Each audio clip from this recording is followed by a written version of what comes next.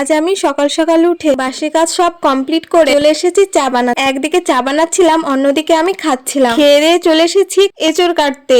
আর এঁচড় কাটার জন্য হাতে ভালোভাবে সর্ষের তেল মাখিয়ে নিয়েছিলাম, না হলে হাতে অনেক আঠা লেগে যেত। তারপর এঁচড়টাকে 4 ফালি করে ধুয়ে নিয়ে এসেছি যাতে আঠাটা চলে যায় আর হাতে না লাগে। এঁচড় রান্না করতে অনেক টাইম লাগে, সেদ্ধ করো কাটো এতেই তো অনেক টাইম চলে যায়। কলে নিয়ে গেছিলাম ধোয়ার জন্য, তখন না আমার জামা একটু আঠা লেগে গেছিল। ওঠানোর চেষ্টা করছিলাম কিন্তু কিছুতেই উঠলো না। একদিকে এঁচড় সিদ্ধ করছি, অন্যদিকে আলুর ছাল ছাড়াচ্ছি আর ঠাকুমা আমাকে রসুন ছাড়িয়ে দিচ্ছে। এঁচড় সিদ্ধ হয়ে গেলে একদিকে আলুটা ভাজছিলাম, অন্যদিকে মশলা বাটছিলাম। এই এঁচড় খেতে বাবা, ভাই, ঠাকুমা কেউ অতটা ভালোবাসে না। ঠাকুমা তো খাবেই না, কারণ রসুন পেঁয়াজ দিয়ে রান্না করব আর ঠাকুমা রসুন পেঁয়াজ খায় না, এর জন্য ঠাকুমা তো খাবে না। বাবা আর ভাই মোটামুটি খায়, অতটাও ভালো খায় না, কিন্তু আমি খুব ভালো খাই। কে কে এঁচড় খেতে ভালোবাসো অবশ্যই কমেন্টে জানিও। আজ একটা নতুন জিনিস রান্না করব, এবছর এখনো খাওয়া হয়নি, আজ প্রথম খাবো। সেটা হচ্ছে পাট শাক ভাজা। নতুন নতুন যখন পাট শাক ওঠে